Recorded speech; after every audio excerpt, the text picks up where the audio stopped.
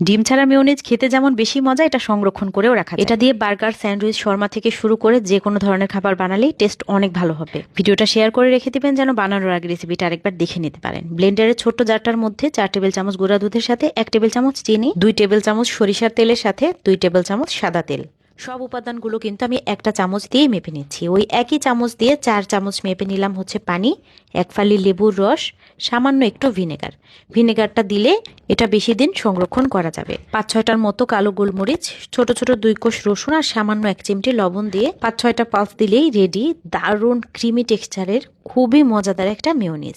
এই মেয়োনিজের সাথে একটু টমেটো সস আর চিলি সস মিক্স করে আরেকবার ব্লেন্ড করে নিলেই কিন্তু দারুণ মজাদার বার্গার সস পাওয়া যাবে। এই মেয়োনিজটা এয়ারটাইট বক্স বা কাচের জারে ভরে সংরক্ষণ করা যাবে নর্মাল ফ্রিজে রেখে 10 থেকে 15 দিন পর্যন্ত। বার্গার, স্যান্ডউইচ, শর্মা যে কোনো খাবার বানালে অনেক বেশি মজা হয়।